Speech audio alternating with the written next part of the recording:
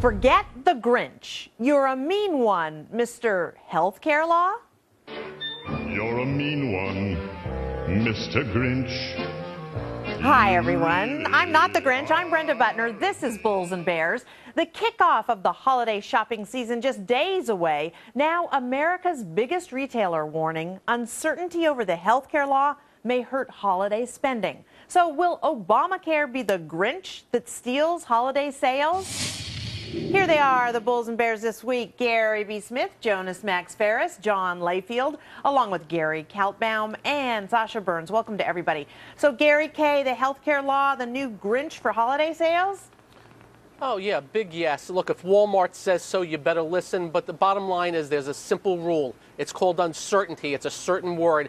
There's so much uncertainty out there about fines, fees, and how much it's going to cost and when you're going to have to pay. Whenever that's in the air, people are going to take a step back and there's going to be headwinds. So whatever numbers come out for the holidays, it would have been more if this wasn't going on.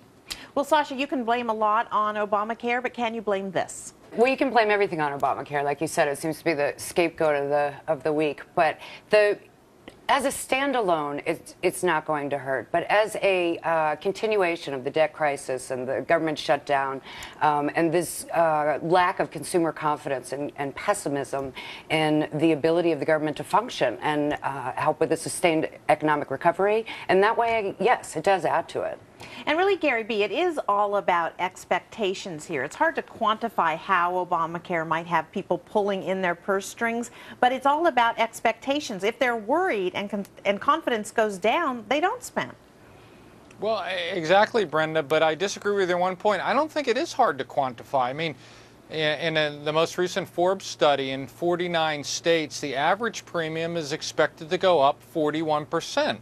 So if you've gotten a letter like I have from Blue Cross Blue Shield, it's easy to find out what your new premiums are going to be. If you've been one of the 6 or 7 people fortunate enough to log on to healthcare.gov, you know what your new premiums are going to be. If you're using one of the other state exchanges that is up and running, or the one in D.C., you know what your premiums are going to be, and you're getting sticker shock. Now, you might not have to start paying the premiums right away. I don't have to start paying a new premium for a few months, but it's right there in front of you. And for example, in my case, I know that over the course of the year, my premium's going to go up $2,000 to $3,000. Now, for a lot of families, they're going to go, whoa, I got to pay another $2,000, $3,000 next year? And I'll tell you what, I have a bare bones policy, so for a lot of people, it's going to be a lot more. That's going to hit them right in the pocketbook. And getting back to your point, expectations, people are going to say, you know what, I'm not going to spend so much for Christmas this year, and certainly not next year. So I'm off your Christmas list then. That's what I really have to worry about. You are always on it. Okay. You're just not getting a very good gift. Okay, thank you. Well, Jonas, you know, the cost of health care is a question mark, but you have to have it. And holiday shopping, you don't have to have it. You can pull in the purse strings.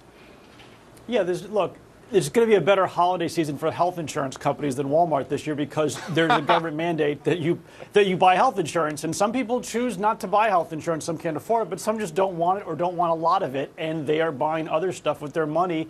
If my state stopped mandating people to buy car insurance, or my bank didn't care if I had fire insurance, then I might not do those things and might spend it at Walmart. But in this case, yes, it will cut into some sales. It won't hurt as much as we're talking about, probably because a lot of the Walmart shoppers may get a subsidized policy. Now, if they had no policy, that's still going to cost them money. But I think the high end of the luxury buyers actually sees their taxes going up to pay for Obamacare. That's where you're going to see some spending cuts. John, where do you see it? Do you see it this year, maybe snowballing into next year as well?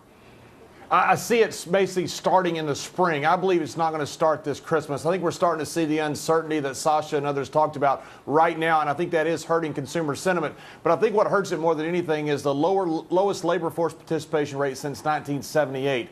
We have a couple million fewer jobs than we had at the pre-recession levels, and most of those jobs, according to the Federal Reserve San Francisco board, have been low-wage jobs that have taken the place of higher-wage jobs. So I think what we're seeing is down averages about 10% down projections for spending around Christmas, around $700 per family.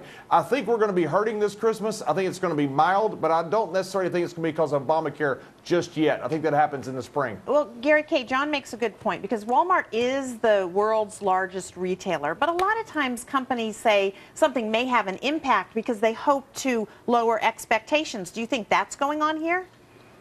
I just think there's more than that. You have to remember something, and this is the Gary B's point, one more important thing.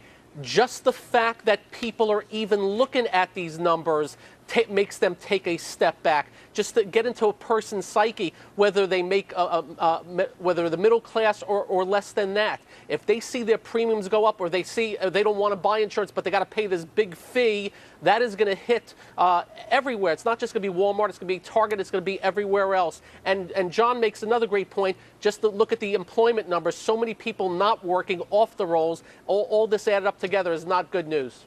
Sasha, is it as dire as some of our gang are making it? No, I don't think so at all. I mean, for example, retail sales last month were up. And a lot of the trends that they're showing is that it's the spending by lower income consumers is down, but by higher income consumers isn't, because the stock market is doing very well. Also, auto sales are up, and large appliance sales are up. So, you know, for a Walmart or a discount store, a large percentage of their consumers are low income. And so that's where they're going to be at a different category than higher caliber stores that with more affluent customers. Right. Well, Gary B., some of the lower income customers will be getting some sort of supplement. We don't know exactly how much because they can't get onto the website, but there will be some money getting pumped into the system, not before Christmas. But do you think that will have an impact? You mean the money from the subsidy? Yeah, the subsidies.